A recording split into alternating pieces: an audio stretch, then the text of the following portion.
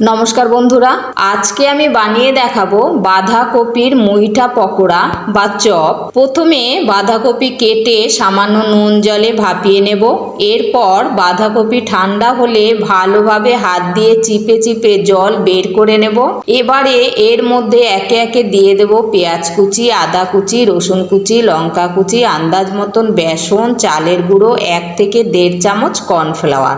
এরপর দেব গোটা জিরে, কালো জিরে, জোয়ান। এরপর দেব হলুদ, জিরে গুঁড়ো, ধনে গুঁড়ো, কাশ্মীর লঙ্কা গুঁড়ো, ধনে পাতা কুচি আর আন্দাজ মতো নুন। এবারে সমস্ত কিছু দিয়ে খুব ভালো করে মেখে রাখবো আর 5 মিনিটের জন্য ঢাকা দিয়ে রাখবো। 5 মিনিট পর ঢাকা তুলে মুইঠার আকারে শেপ দিয়ে নেব। এরপর কড়াইতে দিয়ে দেব সাদা তেল। তেল গরম হলে একে একে বাঁধাকপির মুইঠা মাঝারি থেকে কম আঁচে লাল করে ভেজে তুলে নেব। আর এইভাবে প্লেট সাজিয়ে গরম গরম পরিবেশন করব।